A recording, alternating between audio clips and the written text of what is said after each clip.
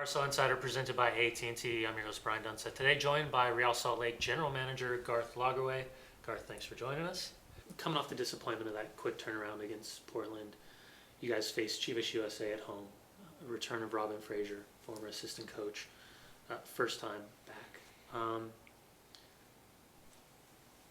Game got ugly quick. A couple red cards and eventual loss of Javier Morales too.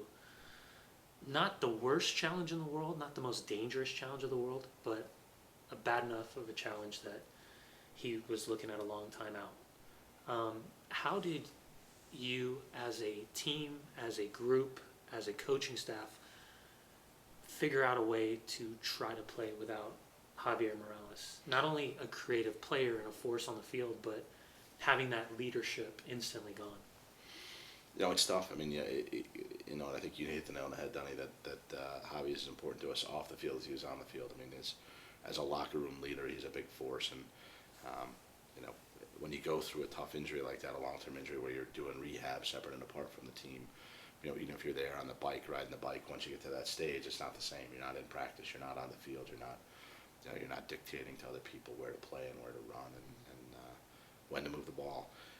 So that was tough, and it was a big adjustment for us. And we felt like we had talented younger players behind him that could pick up the slack, and Colin Warner and Luis Gill. And I think they had varying degrees of success. Certainly, I think Luis had a tremendous year for a 17-year-old. I think one of the big challenges now for Luis, as he turns 18 and goes into this year, is can he consistently play at the highest level that he achieved? And we felt like he took a big step last year. But now hopefully we can take an even bigger one, for the next year, and really continue to help us. So we thought that, and I think that maybe some of that expectation, though, despite the fact that we got good play out of those two players in particular, it was a lot to ask to try to replace Javier Morales. And I know we got into it a couple weeks, and we thought, okay. We're not going to be the same team without Javi. And again, it probably should have been obvious in hindsight that we weren't going to be.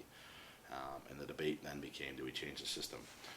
Do we change to a 4-3-3, which when you have a player like Arturo Alvarez on your team, for example, I mean, do you change and you play with Fabi wide and Arturo wide and Sabo up top and try to play to your attacking strengths that way? And the decision was made that Javi could come back. And Javi was extraordinarily dedicated, worked really hard. I mean, if you look at the injuries, serious injuries to other players in the league, Javi's the only one who was able to come back, and no doubt that's a mixture of luck and hard work. But I think Javi deserves a lot of credit for how hard he worked to get back. And once we've established firmly that Javi was coming back this season, we said, all right, we're not going to change the formation.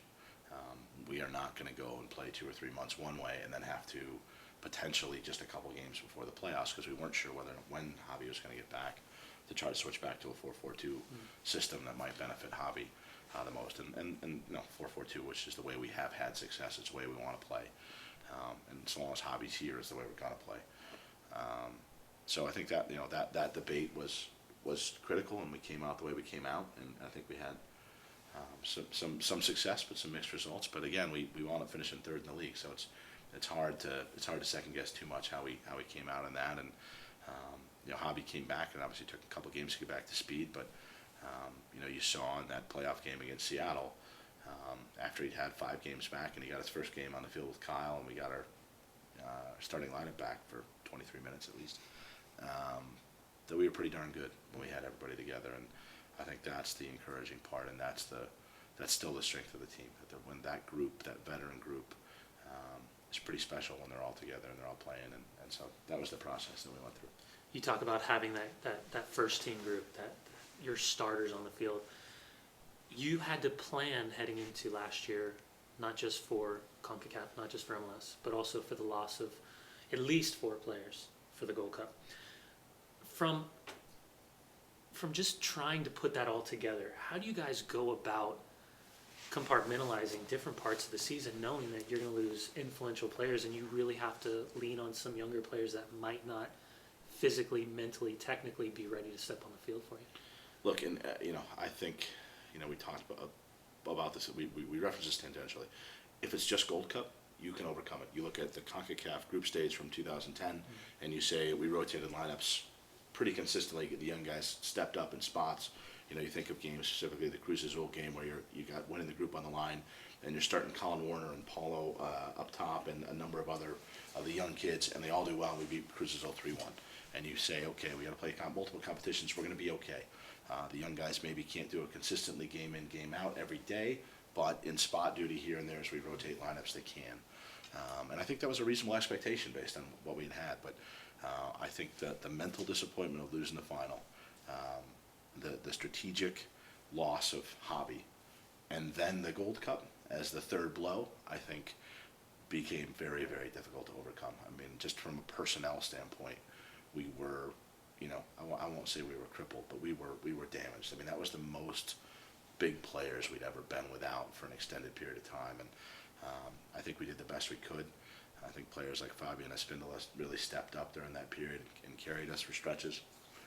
Ned Grabavoy was very good during that stretch. Nick Romano was very good. You know, no doubt there were more, Borchers, Olave, etc. But you know, we weren't at the same level, and I think what we found was, you know, again, something that's probably obvious in hindsight. When we subtract, you know, 4 or 5 of our best players from the, you know, we're not probably as talented as we were, and we're a little bit more hardworking, and we're a little less dynamic attacking wise, and we got to be a little bit better defensively in order to compensate for some of those deficiencies going forward. You know, and I think we tried to adjust, and I think we tried to overcome, but I think ultimately our level raised when we got our players back, and I think that's probably true of most teams in any sport.